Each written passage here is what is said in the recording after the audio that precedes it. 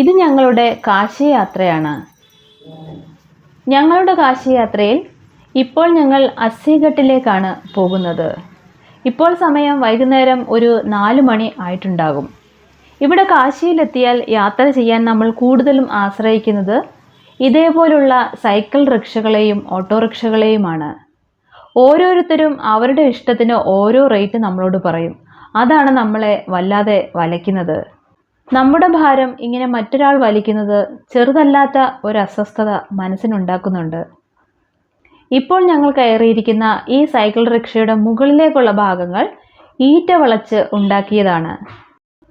ഇവിടങ്ങളിലുള്ള സാധാരണക്കാരുടെ ജീവിതം എങ്ങനെയാണെന്ന് അറിയാനായി ഞങ്ങൾ റിക്ഷക്കാരോട് വീട്ടിലെ വിശേഷങ്ങളൊക്കെ ചോദിക്കാറുണ്ട്. ഈ റിക്ഷക്കാരോടും ഞങ്ങൾ വീട്ടിൽ ആരൊക്കെയുണ്ട് എന്ന് ചോദിച്ചു. അതിന് മറുപടിയായി അയാൾ വീട്ടിൽ ഭാര്യ, കുട്ടികൾ ഒക്കെ ഉണ്ടെന്ന് പറഞ്ഞു. അതുകൂടാതെ അയാൾ ഞങ്ങളോട് ചോദിച്ചു, കേരളത്തിൽ നിന്നും ഇവിടെ വരാൻ എത്ര രൂപയാകും എന്ന്. നമ്മുടെ റിക്ഷാ ചേട്ടൻ അധ്വാനത്തിൻ്റെ ഫലം എണ്ണി നോക്കുന്നു. ഇതാണ് അസ്സിഘട്ട്. കാശിയിലെ ഘാട്ടുകളിൽ പ്രധാനപ്പെട്ട ഒന്നാണ് അസ്സിഘട്ട്. തുളസിദാസ് രാമചരിതമാനസവും ഹനുമാൻ ചാലിസയും ഇവിടെയുള്ള ഏതോ ഇടത്ത് വെച്ചാണ് രചിച്ചത് എന്ന് വിശ്വസിക്കപ്പെടുന്നു.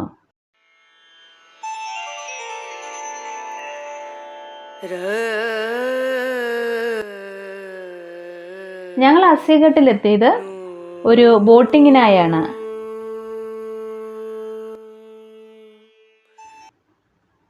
ഈ കാണുന്ന കൈകൊണ്ട് തുഴയുന്ന വള്ളത്തിലാണ് ഞങ്ങൾ കയറാൻ പോകുന്നത്. ഗംഗയുടെ നടുക്കെത്തിയാൽ ഗംഗാജലം എടുക്കാനായി 1-2 കുപ്പികളും ഞങ്ങൾ കയ്യിൽ കരുതിയിട്ടുണ്ട്. കാശിയിൽ ഇപ്പോൾ നല്ല ചൂടാണ്.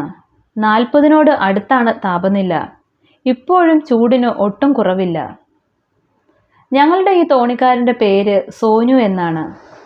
വീട്ടിൽ ആരൊക്കെയുണ്ട് എന്ന ചോദ്യത്തിന് മമ്മിജി ഓർ ബഹൻ എന്നാണ് സോനുഭായി മറുപടി പറഞ്ഞത്. ആദ്യം പ്രായം ചെന്ന ഒരാൾ എന്നാണ് തോന്നിയത്. പക്ഷേ ആൾക്ക് അത്ര പ്രായമില്ല എന്ന് പിന്നീട് തോന്നി. ജീവിതത്തിൻ്റെ അലച്ചിൽ കാരണം മുഖത്ത് ധാരാളം ചുളിവുകൾ വന്നിട്ടുണ്ട്. അതുകൊണ്ടാവാം പ്രായം ഉള്ളതിലും കൂടുതൽ തോന്നിക്കുന്നത്.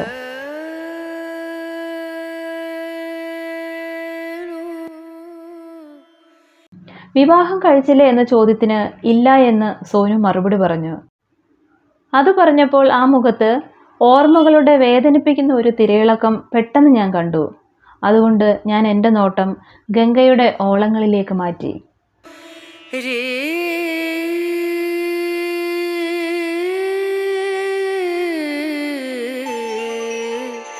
रे